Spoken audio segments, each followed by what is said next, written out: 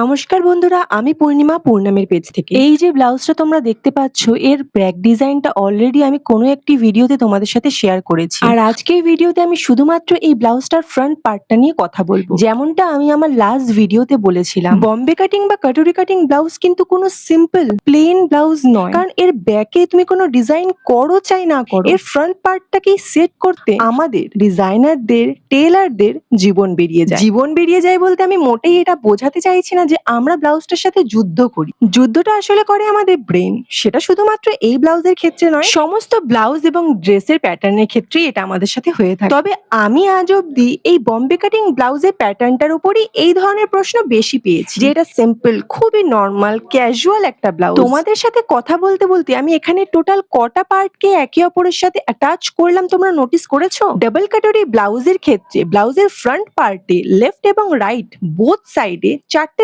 টুকরোকে আমাদের অ্যাটাচ করতে হয়। মানে ডাবল কাটরি ব্লাউজে ফ্রন্ট পার্টে থাকে টোটাল 8টা টুকরো। ডাবল কাটরি, সিঙ্গেল কাটরি দু রকমেরই ব্লাউজ হয়ে থাকে। সেক্ষেত্রে দেখতে গেলে সিঙ্গেল কাটরি ব্লাউজে আবার ফ্রন্ট পার্টে 6টা টুকরো থাকে। এখানে যে সিঙ্গেল ডাবল কাটরি নামগুলো রাখা হয়েছে, এটা আসলে ব্লাউজের কাটরিটাকে প্রপার ব্লাউজের পিস থেকে প্রপার মেজারমেন্ট সহ নিজের সুবিধা মতো কেটে বার করার জন্যই বানানো হয়েছিল। না হলে যেটা সিঙ্গেল কাটরি ব্লাউজেই হয়ে যায়, তার জন্য কেউ কেন ডাবল কাটরি ব্লাউজ বানাতে যাবে? পুরোটা যেহেতু এভাবে বোঝানো পসিবল নয়, তাই আমি তোমাদের সুবিধার জন্য নেক্সট ভিডিওতে কাটরি প্যাটার্ন ব্লাউজের একটা মিনি ড্রাফটিং আনবো।